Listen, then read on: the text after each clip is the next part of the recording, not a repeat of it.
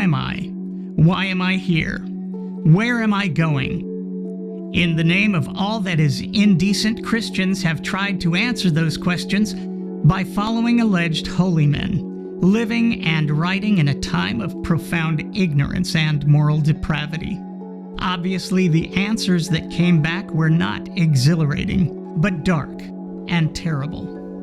You are the intentional byproduct of a genocidal, misogynistic, homophobic war god who has no regard for the well-being of his creation. There is no reason for your existence, as this war god knew and has known forever everything you will ever do. He created you the way he created you so that you would do exactly the things he always knew you would do. Christians thought that by embracing this God, they'd freed themselves from the existential angst humans experience by apprehending their mortality. Instead, we all discovered that worshiping a being of great tyranny and violence will only bring more of the same. If this God exists, our lives are ultimately absurd. Humanity and the universe are simply a dungeon where God's unquenchable sadism is forever on display. Like all biological organisms, humans have been placed here needlessly to suffer and die, and entirely without our consent. Scientists tell us that the universe is expanding, and as it does so, it grows colder and colder. Eventually, there will be no heat at all. There will be no light. There will be no life.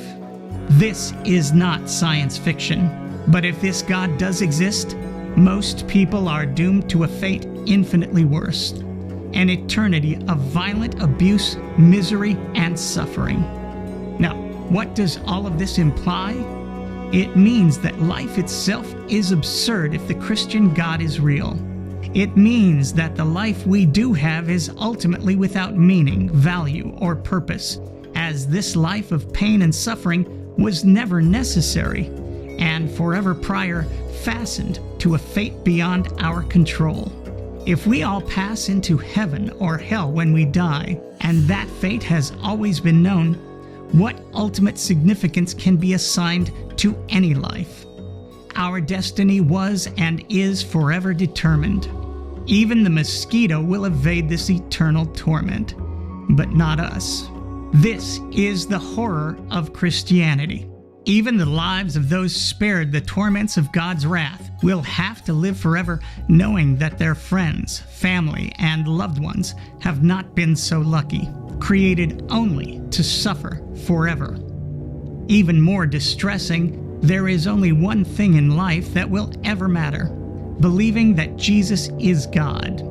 It means that you can live a life of endless destruction and cruelty, doing nothing but damage to the sentient creatures in your life, only to have that carnage forgiven right at the end of life, and simply by believing. Believing means your destiny is ultimately unrelated to your behavior. Even if you live a life of unimaginable goodness, it makes no difference. You will suffer forever without that belief. Moral values mean nothing. God could have forgiven even Hitler or Stalin had they, in their last breath, confessed the name of Jesus. Think of what that means. Nothing we do here matters beyond that one decision. There's no reason to act morally. All is forgiven. All is permitted. Genocide, rape, murder. To kill someone or to love someone is morally equivalent. All that matters is your belief. Our predicament is that it is impossible to live consistently and happily with such a worldview. Church Father Tertullian said, "It is completely credible because it is unsuitable."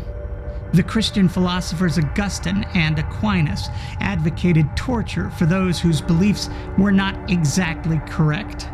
If God's callous injustice stands at the end of life's trial, then what is the goal of life? To simply hope that we are the ones destined for God's favor?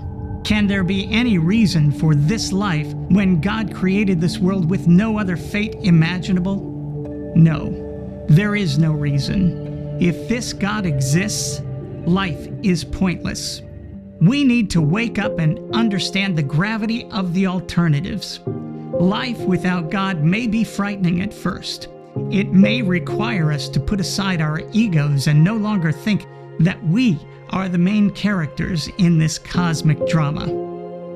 But if the Christian God exists, then nothing we do here beyond that one decision means anything for all eternity. Worse yet, God created the vast majority of us knowing we were destined to suffer, both here and forever, without reprieve. This is beyond absurd. This, Christianity, is a crime against humanity.